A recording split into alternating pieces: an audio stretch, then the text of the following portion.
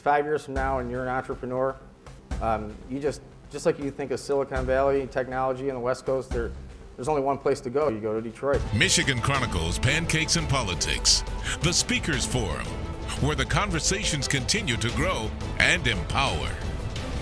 Detroit's a great place, always is a great place, always will be a great place. Okay, well, everybody says it's good. But I do think the concentration is in Midtown, and I think we're going to get a lot of that today at Pancakes and Politics. Pancakes and Politics Forum 2 featured a distinguished panelist discussing Michigan's Southeast region's economic growth and business development.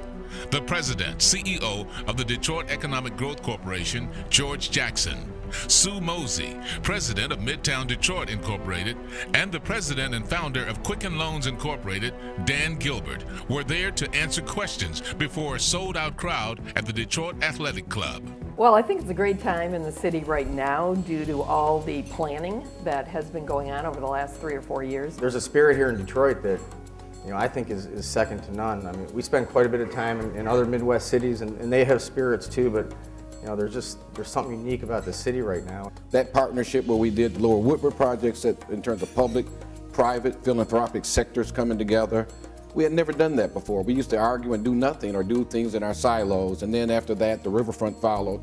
And so from that standpoint, I think that, and now Dan come in and put things on steroids in regards to where we're, this progress. And so, from that standpoint, it's, very good times in Detroit, and it's a long time coming. Oh, I think we're in a very, very positive direction. And I think it's many Detroiters, I think it's going to be very important that they see that we are in this very positive direction so that we can also be part of it and take advantage of it. One city block right now is being done by George Stewart and Mike Bird in Midtown. Nobody really hears about that, talks about that. You have the Lafayette Towers, which currently has the new owner of that is an African American. Again, majority owner of these entities, and we have several like that. But from that standpoint, again, I think that it gets back into also partnerships. Being open to partnerships, also making sure that we have a playing field that does allow them in. And I think the key thing is we've done this and increased the number, and we didn't lower any standard. Actually, we increased them. And we're starting to get real deals now. What part will the next mayor play in the growth and development of Detroit? If the mayor, takes over, and whoever it may be, and they just run it simply from a one-question standpoint. Every decision I make will be guided by what is best for the city's, short-term and long-term interests, and nothing else.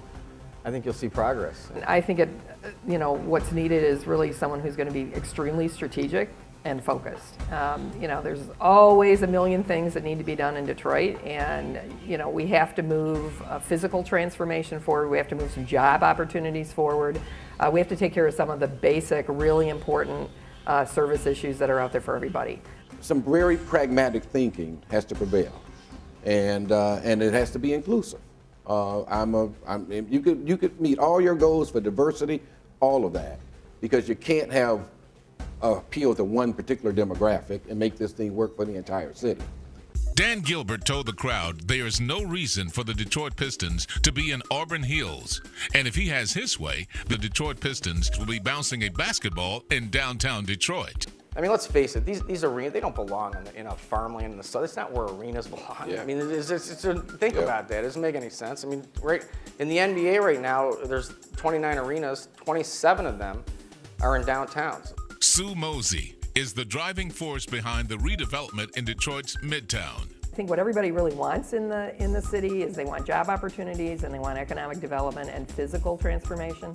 And I think that we have been focusing on those things for 25 years. I never thought Detroit itself was dead, and obviously there's huge major challenges. There were and there still are, but I think this city just it needed some hope, and it's getting hope from a lot of areas. And there's nothing like hope that can get people going and get them motivated and getting them to do things. And so I just think that we need to keep building, on the momentum. No matter what happens, we're going to run into roadblocks. We're going to run into issues. We can't get discouraged because there's one issue. And if you look at it like maybe a baseball game, and it's a third inning, and somebody makes an error, or a pitcher gets bombed for 3-4 runs, gets pulled. That doesn't mean the game is lost. It just means you're going to keep playing until you win. And so, you know, we have to we just have to keep building, keep the momentum, and not worry about, you know, what people say. Or we have a saying, one of our sayings is one of our isms: ignore the noise. And you know, sometimes there's a lot of noise, you just got to ignore it. Join us for the next Pancakes and Politics Forum 3, featuring the Big Four, on Thursday, May 16, 2013, at the Townsend Hotel in Birmingham, Michigan.